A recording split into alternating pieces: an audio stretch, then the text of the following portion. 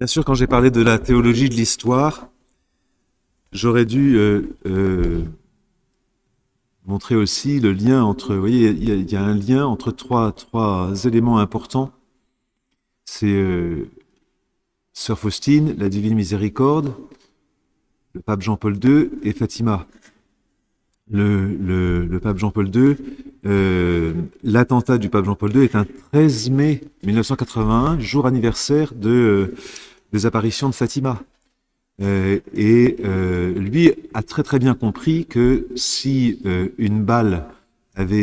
si une main avait tiré, l'autre avait protégé, c'est ce qu'il dira, et qu'il ira offrir la balle qui l'a atteint à Fatima lors de son voyage à Fatima, et on a mis la balle dans la couronne de la statue de Notre-Dame de Fatima. Cette couronne qui a été faite par la contribution de tous les Portugais qui ont amené leurs bijoux, leurs bracelets, leurs perles, etc., etc.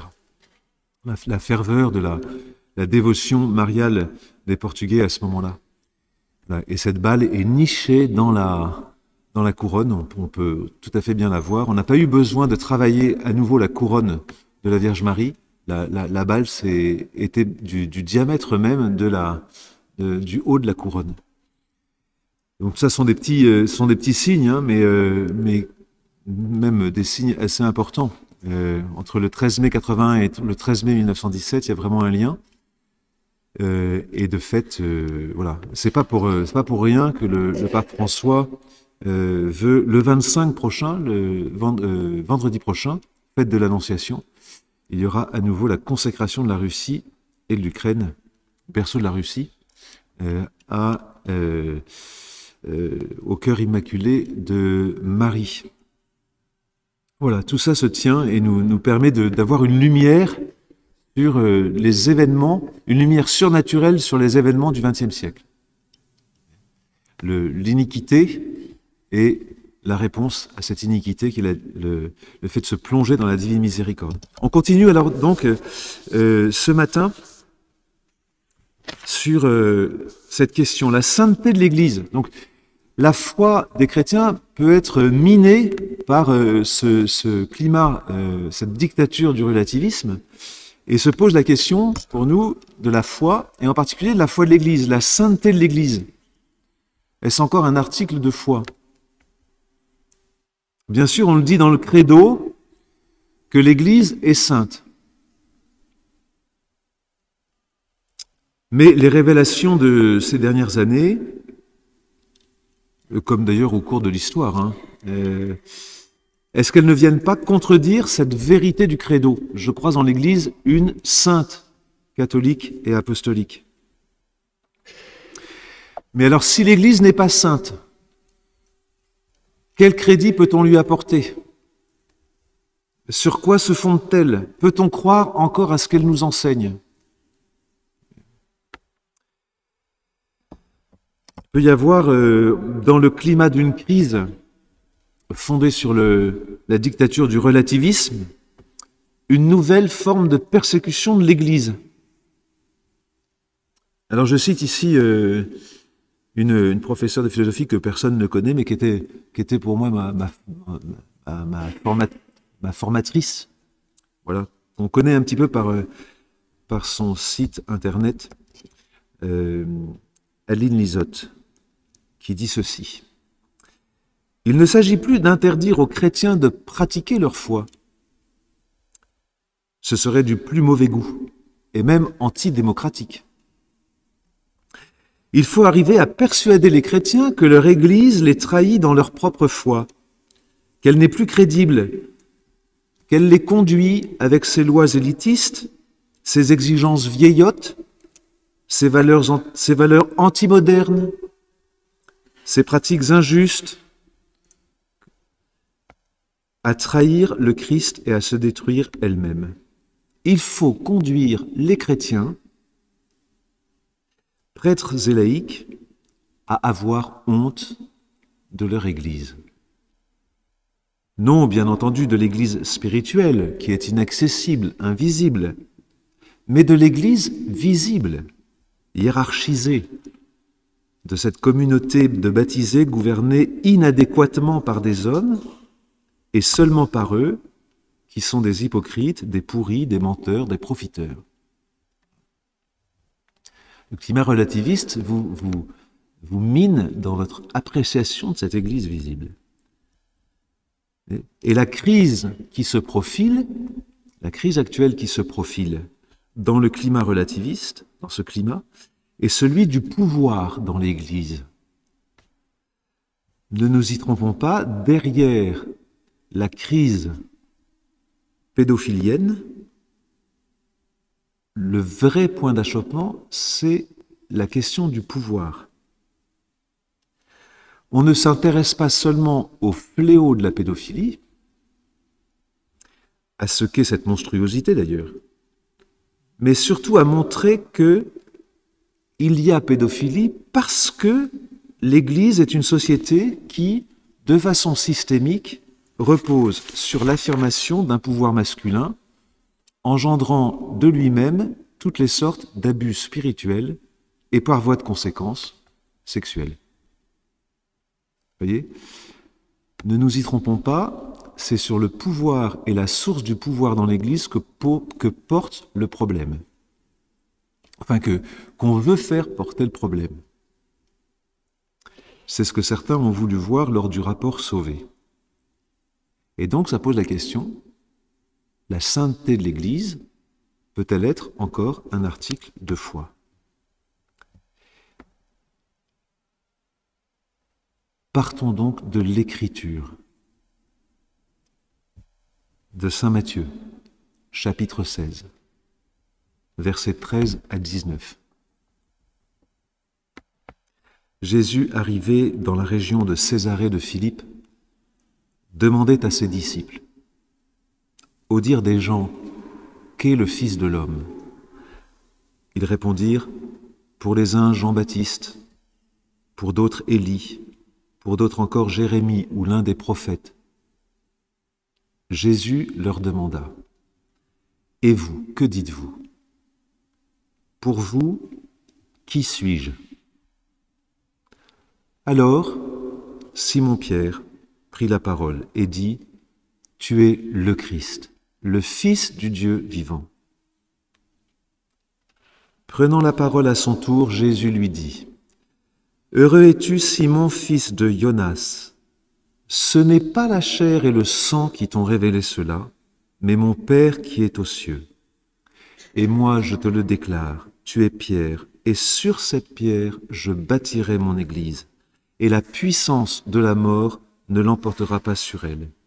Je te donnerai les clés du royaume des cieux, et tout ce que tu auras délié sur la terre sera délié dans les cieux. »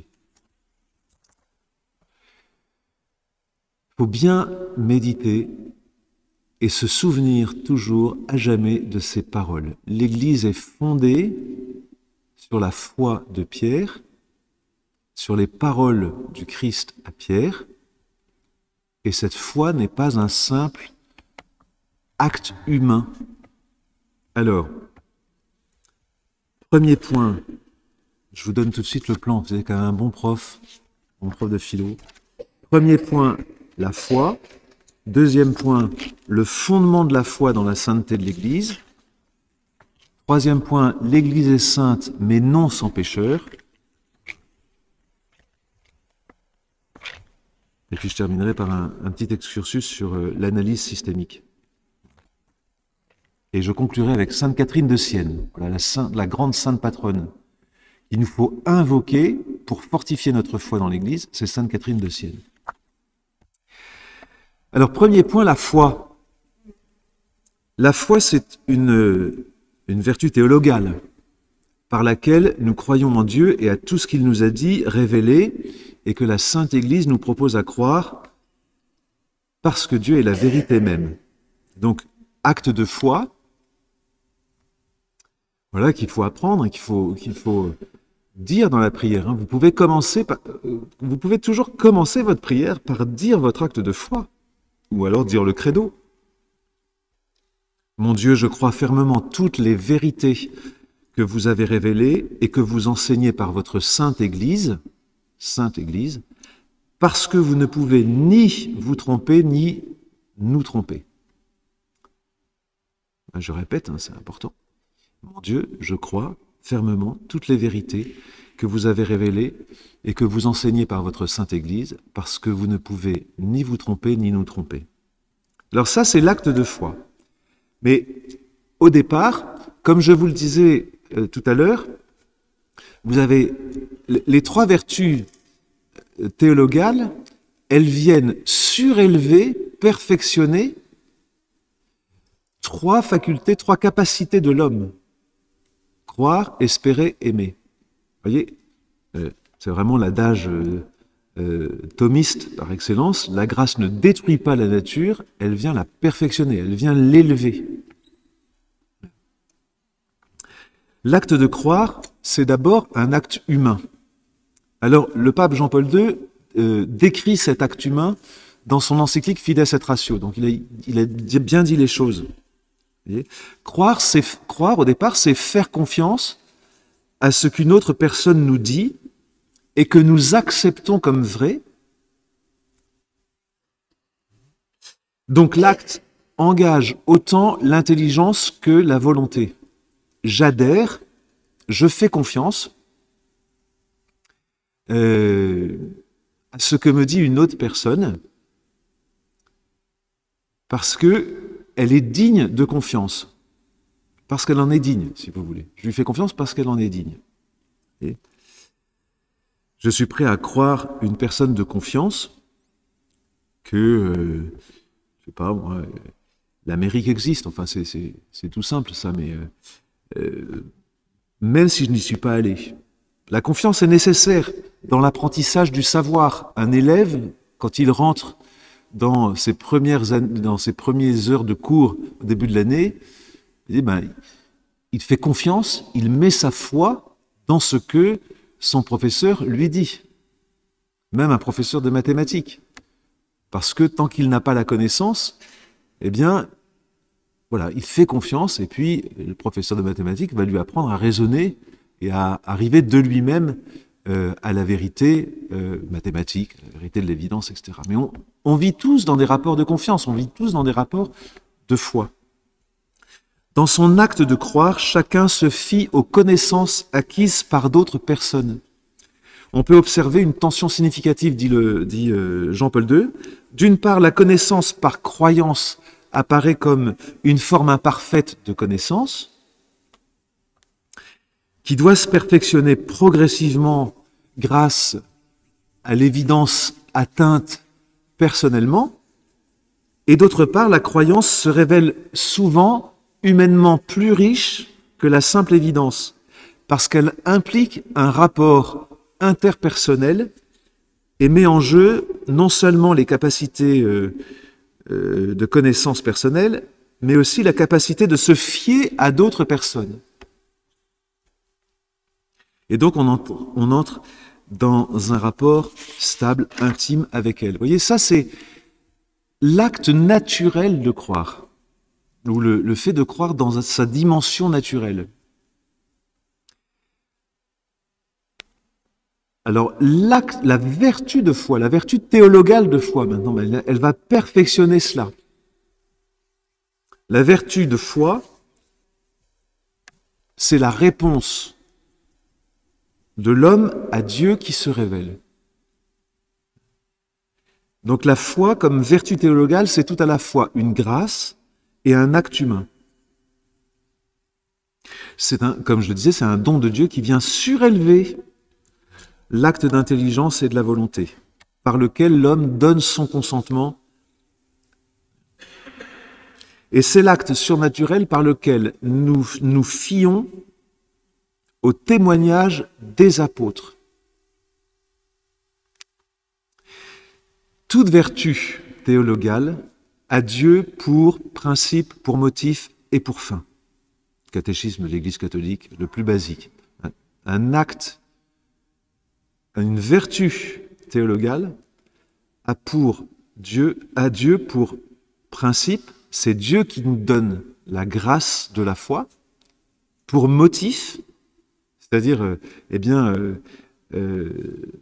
c'est ma foi en Dieu qui me donne de croire dans les articles de foi, c'est-à-dire le credo, et qui a Dieu pour fin. C'est-à-dire que la foi me permet de mieux connaître Dieu. La foi consiste, et ça c'est le Père Jérôme, je ne sais pas si vous connaissez le Père Jérôme, qui est un des moines de l'abbaye de Céphon, qui a permis à Céphon de persévérer lors de la crise des années 70. La foi consiste en une adhésion de l'intelligence, et cette adhésion est commandée à l'intelligence par la volonté. Disons mieux, elle est commandée par l'amour. D'une part, dit-il, la foi est une vertu qui aide notre intelligence, puisque ce sont des vérités à connaître, à retenir, que la foi nous propose, et d'autre part, la foi dépend de notre cœur, parce que l'intelligence naturelle n'est pas convaincue par des vérités surnaturelles. Celle-ci laisse en effet l'intelligence incertaine et timide. Alors notre cœur, qui déjà aime Dieu comme digne de toute confiance, pousse notre intelligence à recueillir les vérités révélées par Dieu. La foi n'est pas contre l'intelligence, elle n'est pas sans l'intelligence. La foi n'est pas quelque chose d'extérieur, mais elle nous transforme de l'intérieur, selon nos modalités à nous, et nous rend meilleurs croyants. Plus vous posez des actes de foi, plus vous redites votre acte de foi, et plus vous allez grandir dans votre foi. Vous voyez donc, la vertu de foi, elle touche l'intelligence et est précédée par un acte de volonté qui veut croire ou non. D'une certaine manière, on ne peut adhérer à Dieu que si on le veut bien aussi. La foi est fondamentalement, sous cet aspect-là, la foi est fondamentalement une confiance. D'ailleurs, le mot confiance vient de foi, cum fides, avec foi. Donc, c'est l'adhésion à quelqu'un qui se révèle comme amour et qui est digne de foi parce que Dieu ne peut pas se tromper ni nous tromper. La foi porte sur la connaissance que Dieu donne de lui-même. En principe, ce que nous connaissons, nous le voyons, alors que dans la foi, on adhère à une vérité que l'on ne voit pas. Saint Thomas d'Aquin dit que la foi, c'est un certain toucher, c'est-à-dire que ça nous donne une certaine certitude, parce que le toucher, c'est le sens de la certitude, chez Saint Thomas d'Aquin. Je n'ai pas trop le temps de développer ça, c'est toute cette anthropologie. C'est parce que Dieu lui-même se révèle que nous accueillons cette révélation objective. Dieu nous donne à croire quelque chose à croire, qui est exprimé dans le credo.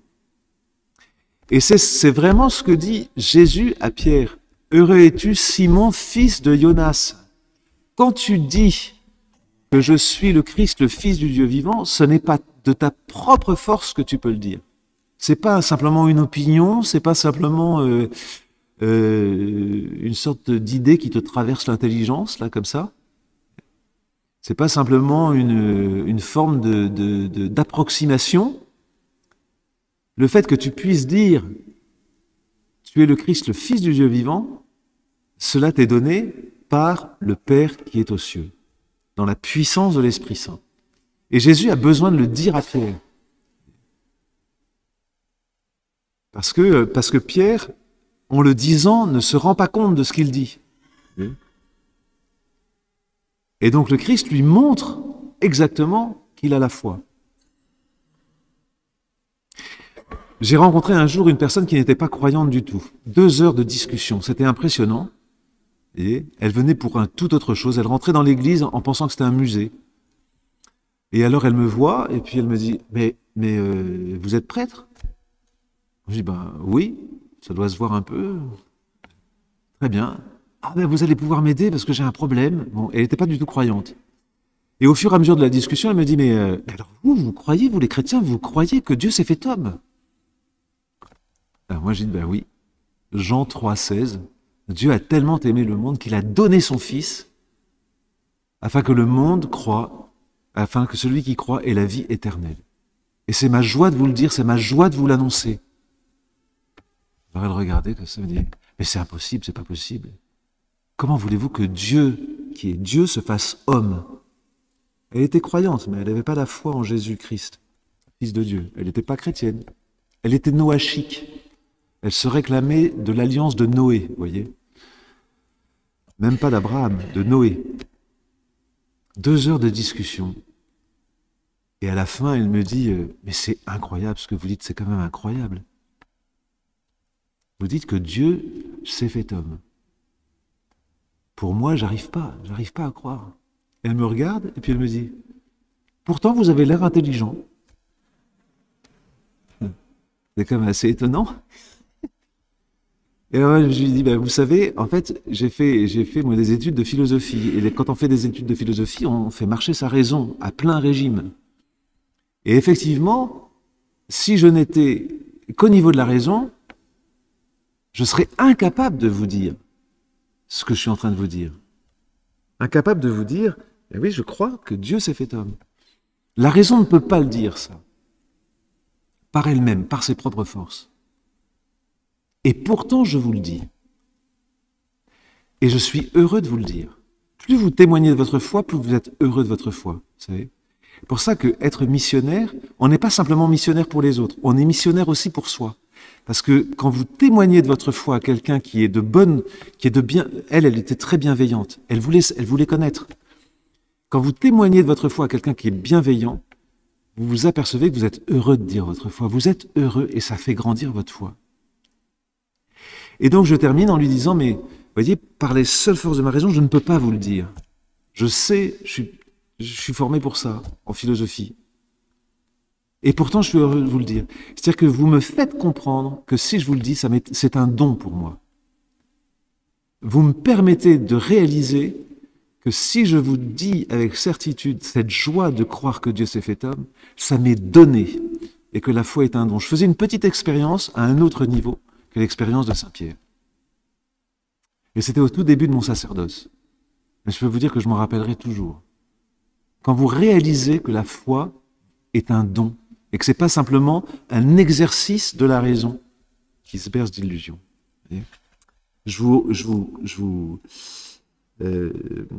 J'espère pour vous qu'un jour vous ferez cette expérience, dans le témoignage un jour que vous aurez à donner de votre foi à une personne bienveillante. La foi nous donne la connaissance du salut. Ce dont la foi parle, c'est le Christ. Seul sauveur, rédempteur, unique sauveur, Dominus Iesus. Sauvé du péché, de la mort éternelle. En quoi cette connaissance nous sauve?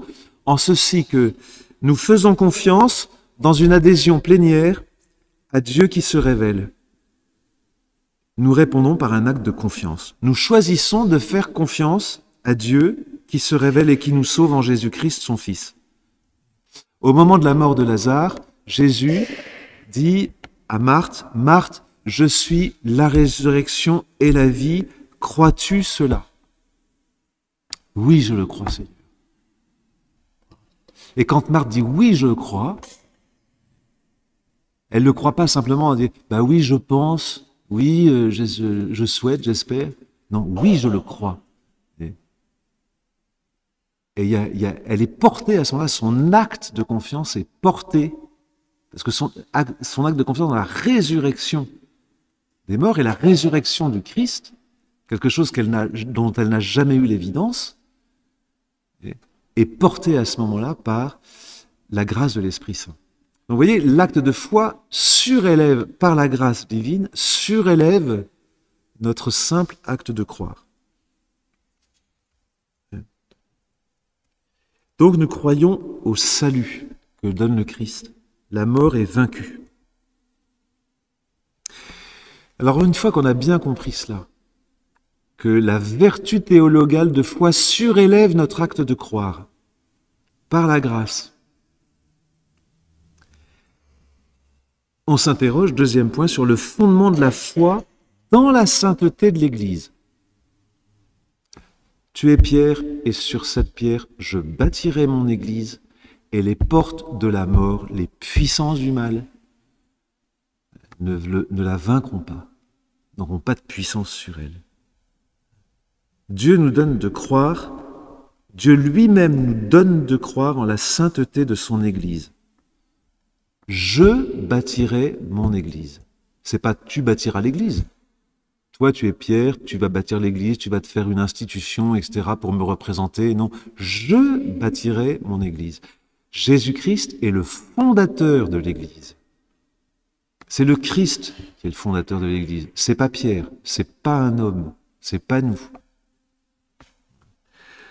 Le Christ a aimé l'Église et il s'est livré lui-même pour elle, afin de la rendre sainte, en la purifiant par le bain de l'eau baptismale, accompagnée d'une parole.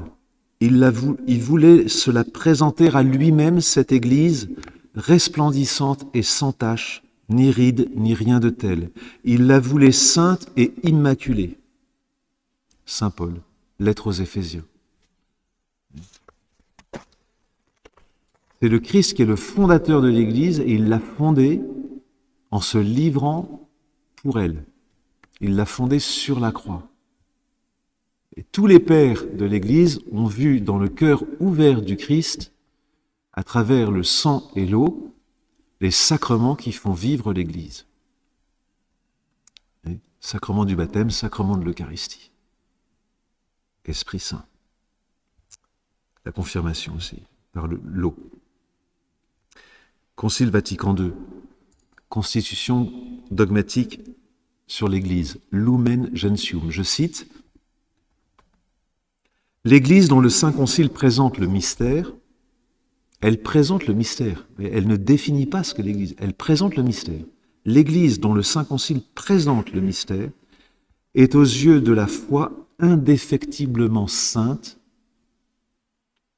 En effet, le Christ, Fils de Dieu, qui, avec le Père et l'Esprit, est proclamé le seul Saint, a aimé l'Église comme son épouse. Il s'est livré pour elle afin de la sanctifier. Il se l'est uni comme son corps et l'a comblé du don de l'Esprit Saint pour la gloire de Dieu. Aussi, dans l'Église, tous, qu'ils appartiennent à la hiérarchie ou qu'ils soient régis par elle, sont appelés à la sainteté selon la parole de l'apôtre. Oui, ce que Dieu veut, c'est votre sanctification. Éphésiens 1,4. Il nous a choisis, le Père nous a choisis dans le Christ, avant la fondation du monde, pour que nous soyons saints, immaculés devant lui dans l'amour. L'Église est le canal de la sainteté, de notre sainteté, par les sacrements, qui ont pour origine, source, le cœur ouvert du Christ. Toute sainteté découle de la sainteté du Christ. La sainteté de l'Église découle de la sainteté du Christ, qu'il a fait vivre par l'Esprit Saint. Et c'est le Christ qui nous donne, et c'est le Dieu qui nous donne de croire à cette sainteté de l'Église par la vertu théologale. Troisième point, l'Église est sainte, mais elle n'est pas sans pécheur.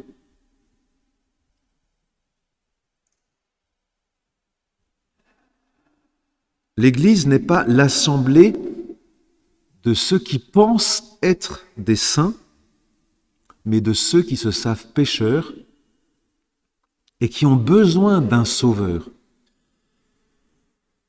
La foi chrétienne développe l'anthropologie de l'homme pécheur et pardonné.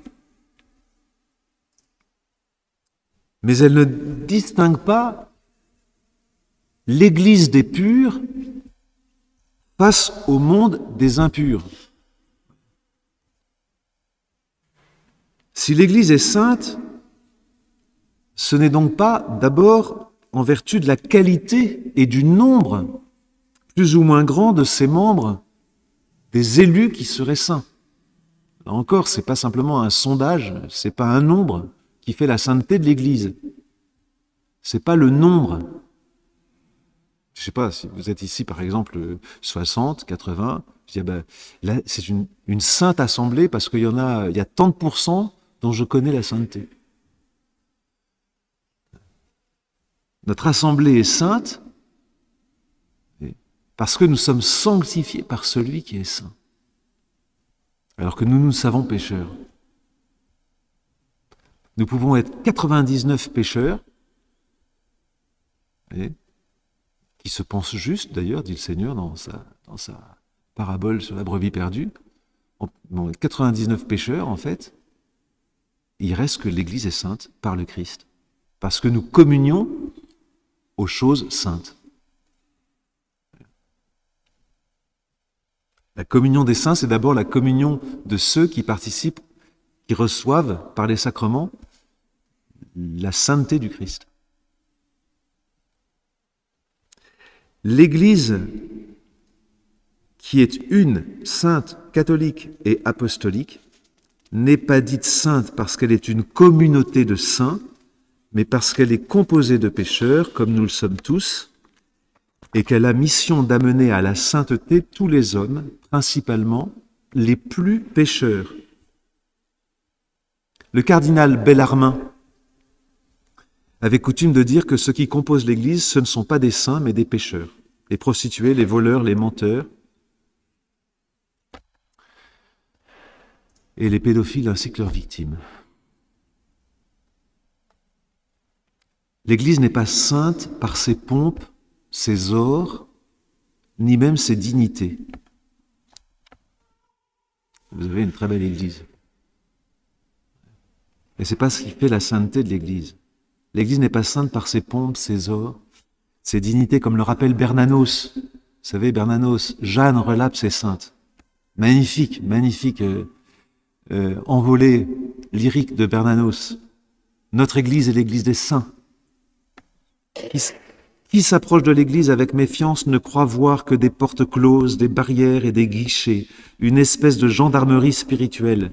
Mais notre Église est l'Église des saints. Pour être un saint, quel évêque ne donnerait son anneau, sa mitre, sa crosse? Quel cardinal sa pourpre? Quel pontife sa robe blanche, ses camériers, ses suisses, et tous sont temporels? Qui ne voudrait avoir la force de courir cette admirable aventure? Car la sainteté est une aventure, elle est même la seule aventure. Quel pape ne donnerait pas sa robe blanche? Vous en avez une là. Pie IX.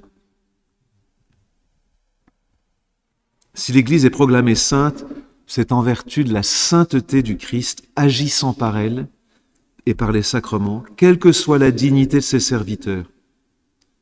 L'Église est d'institution divine, c'est ce que nous dit la foi.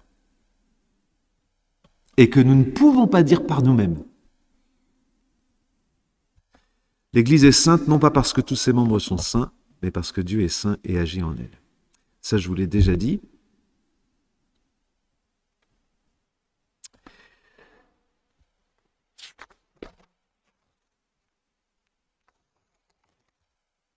Sur terre, l'Église est parée d'une sainteté véritable, nous dit le catéchisme de l'Église catholique. Bien qu'imparfaite, en ses membres, la sainteté parfaite est encore à acquérir. Pourvu de moyens salutaires d'une telle abondance et d'une telle grandeur, tous ceux qui croient au Christ, quelles que soient leurs conditions et leur état de vie, sont appelés par Dieu, chacun dans sa route, à une sainteté dont la perfection est celle même du Père. Et donc j'espère que tous ici, même si nous sommes pécheurs, nous désirons la sainteté. Nous avons à la désirer, la sainteté. Aucun d'entre nous ne peut se dire, non, la sainteté, vous savez, mon Père, c'est pas pour moi. Mais non, j'en suis pas digne. Ben, non, bien sûr, personne n'est digne. Et, Seigneur, je ne suis pas digne de te recevoir. Et dis une seule parole et je serai guéri. Nous devons recevoir la sainteté comme un don de Dieu. C'est pour ça que les saints sont humbles. Ils sont humbles parce qu'ils ont bien conscience que tout ce qu'ils reçoivent est un don. Si bien sûr nous pensons que la sainteté c'est une sorte de perfection morale et qu'on n'a plus qu'à nous mettre sous cloche pour admirer nos vertus, C'est une sainteté un peu figée. La sainteté est un don. Donc la première disposition à la sainteté, c'est l'humilité pour recevoir le don de la sainteté. Deuxième point, le péché dans l'Église. Enfin, c'est le deuxième du troisième. Enfin, L'Église est sainte, mais non sans pécheur. Donc la sainteté de l'Église, le péché dans l'Église, il reste que le péché à l'intérieur de l'Église, commis par ses membres, est plus odieux encore que le péché venant de l'extérieur. Ça, c'est vrai. Le péché à l'intérieur de l'Église est un scandale. Et c'est ce que dit le pape Benoît XVI lors d'un discours avec les journalistes au cours d'un vol vers le Portugal en 2010. Il fallait aller le chercher, hein. Et voilà ce que dit le pape Benoît XVI. Les attaques contre le pape et contre l'Église ne viennent pas seulement de l'extérieur, mais les souffrances de l'Église viennent proprement de l'intérieur de l'Église, du péché qui existe dans l'Église. Ceci s'est toujours su, mais aujourd'hui nous le voyons de façon réellement terrifiante, que la plus grande persécution de l'Église ne vient pas de ses ennemis extérieurs, mais née du péché de l'Église, et que donc l'Église a un besoin profond de réapprendre la pénitence, d'accepter la purification, d'apprendre d'une part le pardon, mais aussi la nécessité de la justice. Le pardon ne remplace pas la justice. En un mot, nous devons réapprendre cet essentiel, la conversion, la prière, la pénitence et les vertus théologales. Fin de citation. C'est des mots absolument incroyables. Je vous donne la référence parce que vous pourrez aller voir. Entretien du pape Benoît XVI accordé aux journalistes au cours du vol vers le Portugal, mardi 11 mai 2010.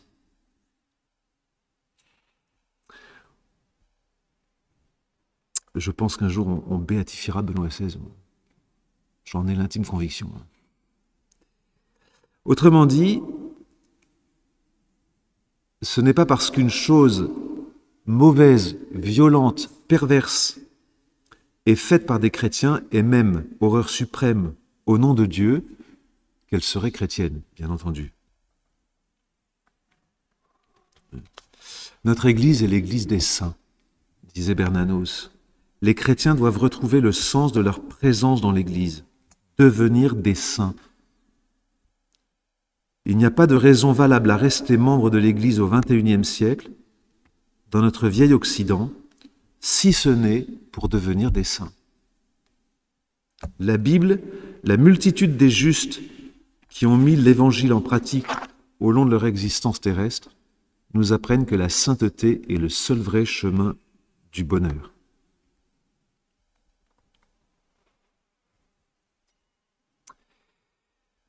Alors de fait, je m'attaque un peu à ce problème qu'on a vu arriver ces derniers mois par rapport au rapport Sauvé.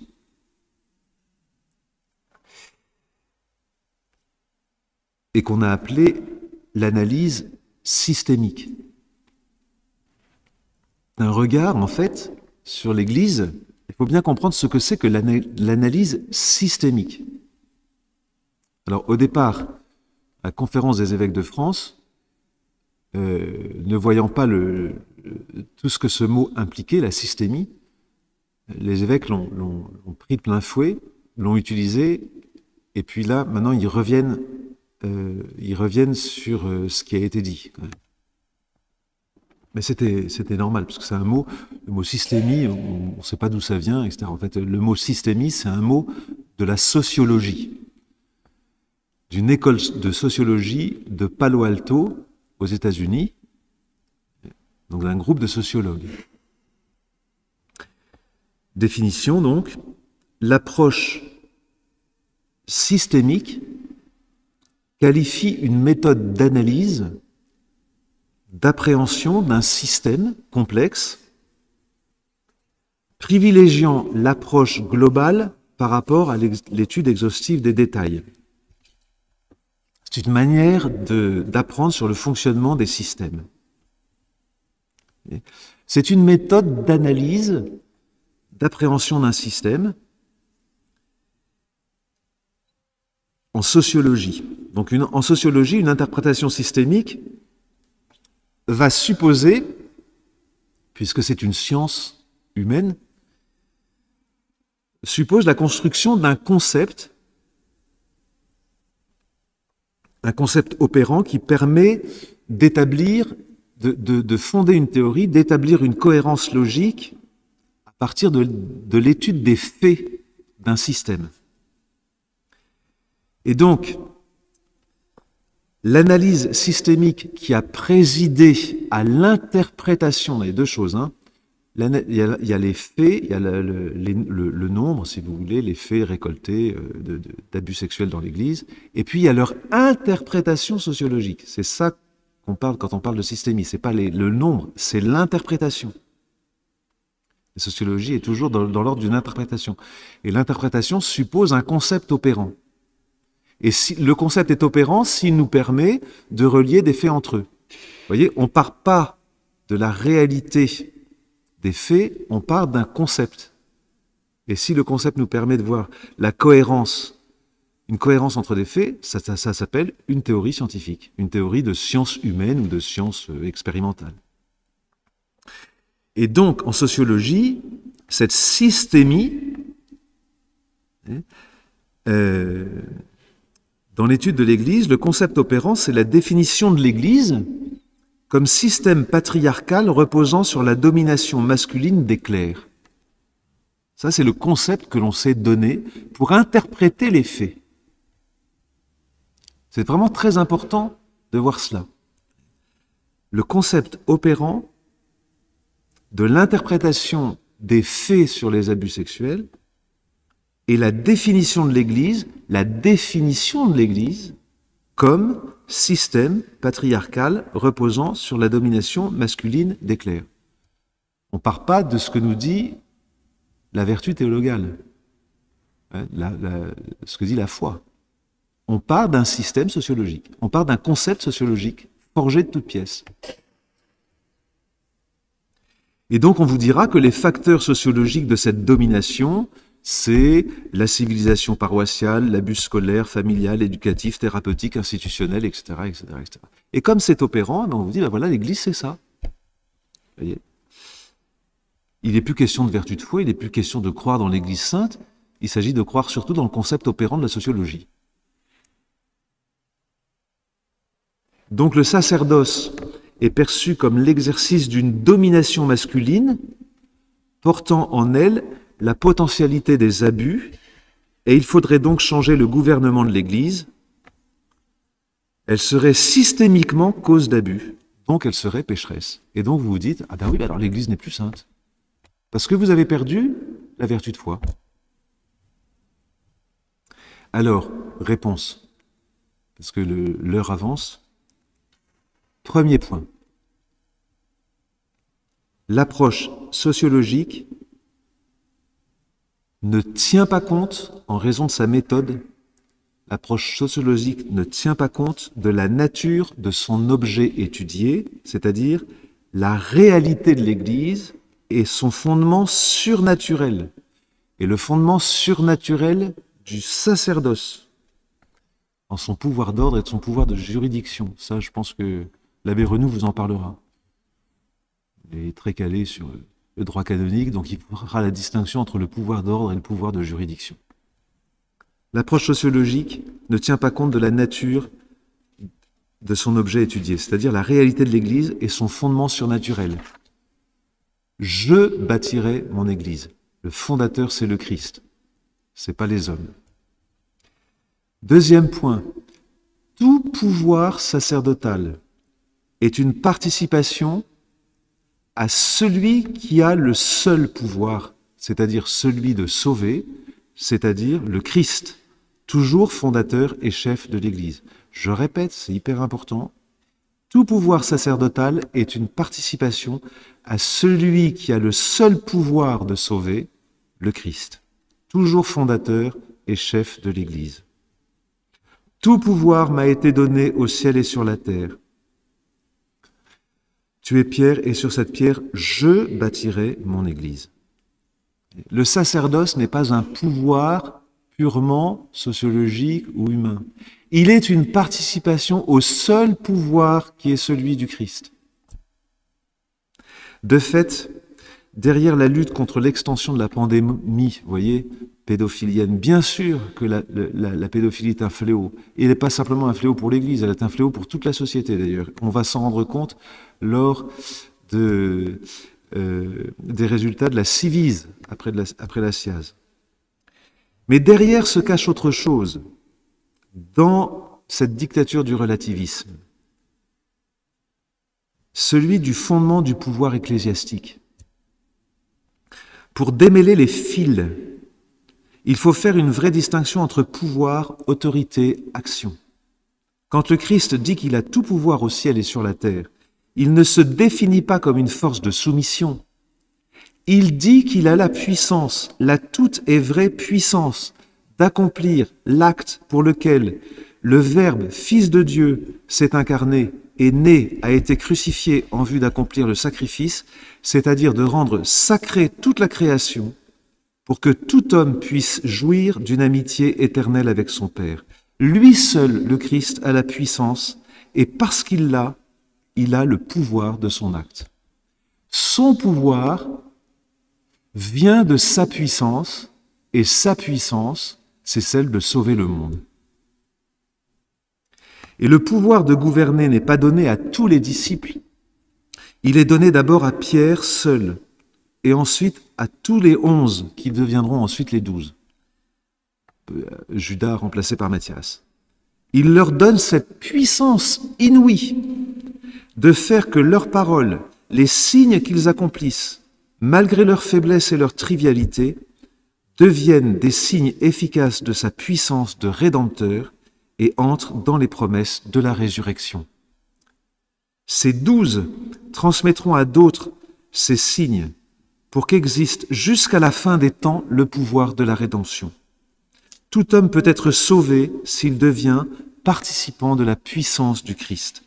Mais aucun homme ne peut cela donner à lui-même. C'est exactement ce que la sociologie systémique oublie. Aucun homme ne peut se donner à lui-même cette puissance. Il doit la recevoir d'une façon concrète par le baptême ou d'une façon occulte par la possibilité donnée par la grâce du Christ de rester fidèle à la loi du Créateur. Donc nous croyons que l'Église est sainte parce que nous ne sommes pas que des sociologues. Tout simplement. Parce que nous sommes des baptisés.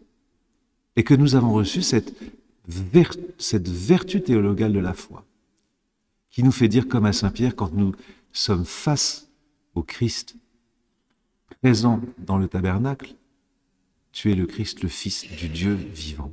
Et que ce n'est pas par nos propres forces que nous pouvons le dire. Et en le disant, nous reconnaissons qu'il est le seul à avoir la puissance en lui-même de sauver du salut et le pouvoir de l'accomplir. Dans ces temps si troublés de la dictature du relativisme, voyez, appuyons notre foi sur la grande figure de Sainte Catherine de Sienne. Elle qui a vu, elle aussi, les troubles d'une Église qui était troublée.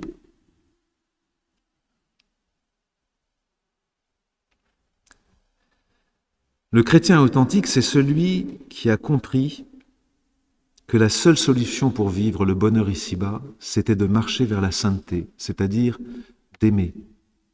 Le péché, c'est la grande blessure de ce monde, la blessure de l'homme, la grande blessure, au fond de mon propre cœur. C'est une révolte contre l'amour de Dieu, contre la sainteté de Dieu, contre l'innocence de Dieu. C'est par notre péché que Jésus a été mis à mort, lui, l'agneau de Dieu.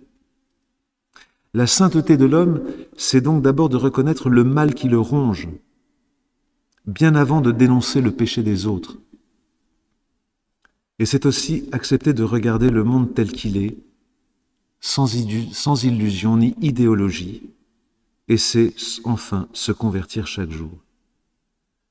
Ce qui rejoint les paroles du cardinal Lustiger d'ailleurs, la sainteté c'est d'abord d'être des pécheurs pardonnés, des blessés que Dieu veut guérir, des faibles et à qui Dieu donne la force de l'aimer. Alors, de fait, je vous ai parlé de Sainte Catherine de Sienne, qui a été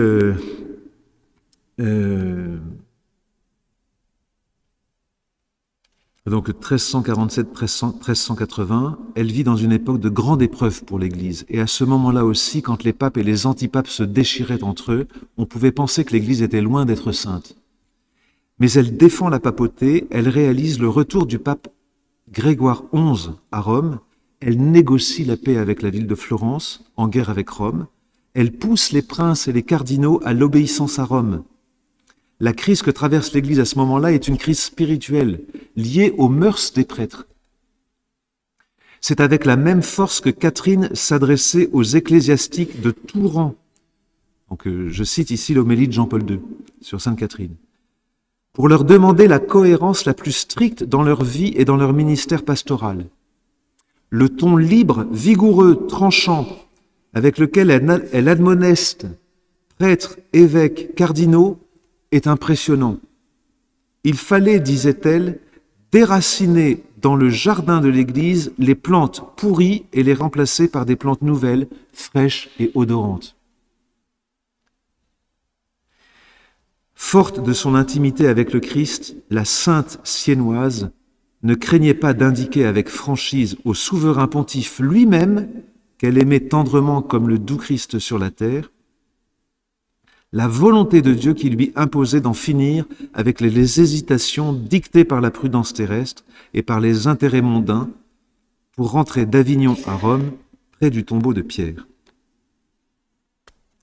Et nous connaissons le lien qui rattache Sainte Catherine de Sienne au cœur du Christ, comme le rappelle le pape Benoît XVI dans sa catéchèse sur Sainte Catherine de Sienne. Je cite : « Le Seigneur Jésus lui apparut, tenant dans la main un cœur humain rouge resplendissant, lui ouvrit la poitrine et l'y introduisit et dit : « Ma très chère petite fille, de même qu'un jour j'ai pris le cœur que tu m'offrais, voici à présent que je te donne le mien. Et désormais, il prendra la place qu'occupait le tien. » Catherine a vécu véritablement les paroles de saint Paul. Ce n'est plus moi qui vis, c'est le Christ qui vit en moi. Terminons par cette très belle prière pour l'Église en temps de tribulation, prière de Sainte Catherine de Sienne.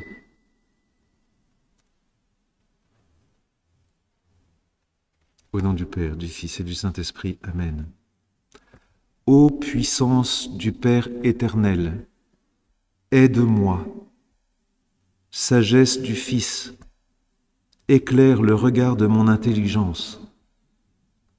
Douce clémence du Saint-Esprit, embrase-moi et unis mon cœur à toi, ô Père éternel. Je proclame que ta toute puissance est capable de secourir l'Église et d'arracher ton peuple aux mains de Satan. Elle peut faire cesser la tribulation de la Sainte Église et m'obtenir, à moi, victoire et supériorité sur mes ennemis.